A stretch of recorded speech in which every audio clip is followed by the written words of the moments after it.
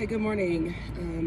Welcome to Monday. It is September 26th, and I wanted to do a video on some thoughts that I have, like just pretty much my opinions based on my own experiences with narcissism. And so I want to take a deeper look at the how the narcissist infiltrates us. As you all know, if you, as a child, as someone who is new to the world, it's at a detriment or disadvantage when you're raised by narcissistic parents. Either one parent's a narcissist or the other one, or both are a narcissist. And you may not realize it because it is familiar that you pick up both consciously and subconsciously the narcissist way of moving through the world. You sort of have this familiarity with the black and white thinking, and it's like you're always and this and that and the other, and like you're a child, so you don't really understand the entirety of all of that. These narcissistic fleas affect other relationships because until you begin to heal, you will often believe that the way the early narcissists in your life handled relationships is the norm.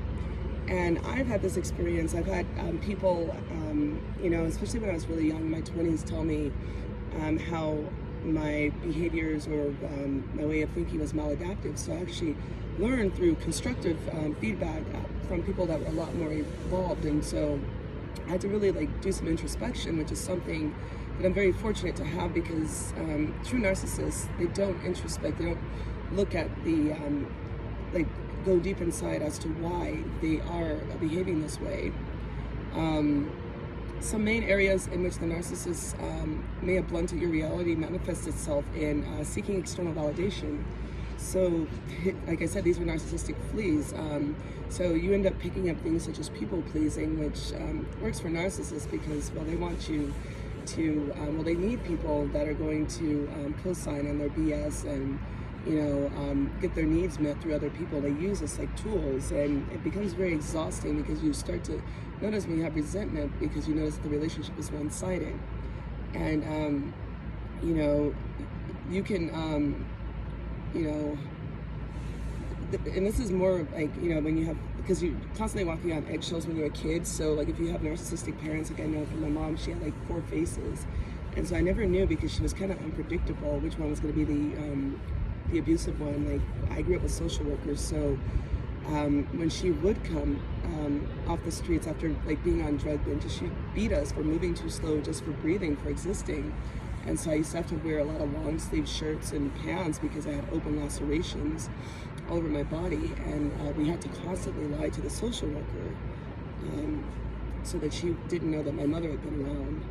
We also participate in things like partaking in gossip, and particularly unknowingly becoming a flying monkey while trying to advocate for someone who may be a narc playing the victim and running a smear campaign. And I think about instances where I thought I was, being a good Samaritan by helping somebody who I thought was experiencing a difficult time, like they were victimized by something and someone, and in reality it was actually, and then I go and I meet this person and then things don't line up. But unlike a lot of the flying monkeys, they don't even have the guts to come up to you and say, I'm sorry that I thought you were somebody that you're not, and you get to see that, this person was wronged by somebody that was pretending to be the victim.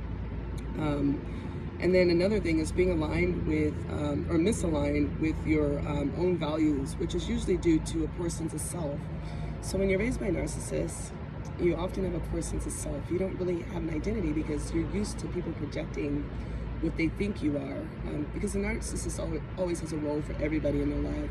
They don't see you as you. And I have narcissistic siblings, and so they're always projecting traits that are not you. And so when you're a child, you don't know that that's not you. So you're getting opinions from other people, this, that, and the other. And it can be very damaging, especially for your own self-growth and when you want to meet your own goals and things like that. Also being reactive and not having control of your emotions. A narcissist does it. It was normal. You saw it. They were your models. So you don't have control over your emotions, so you get easily triggered.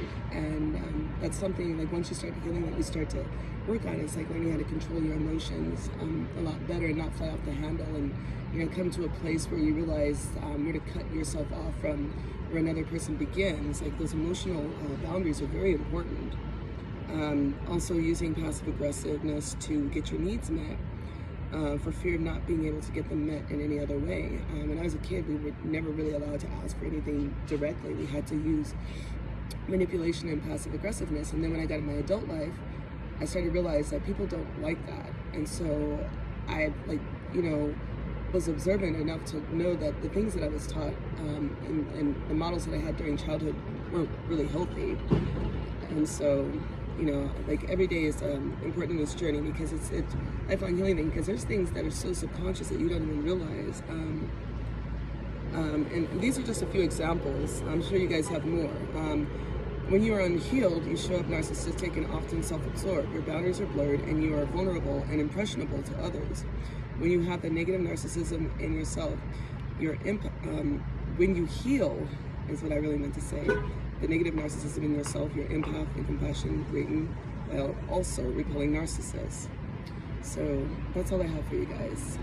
All right, I'm going to conclude this one.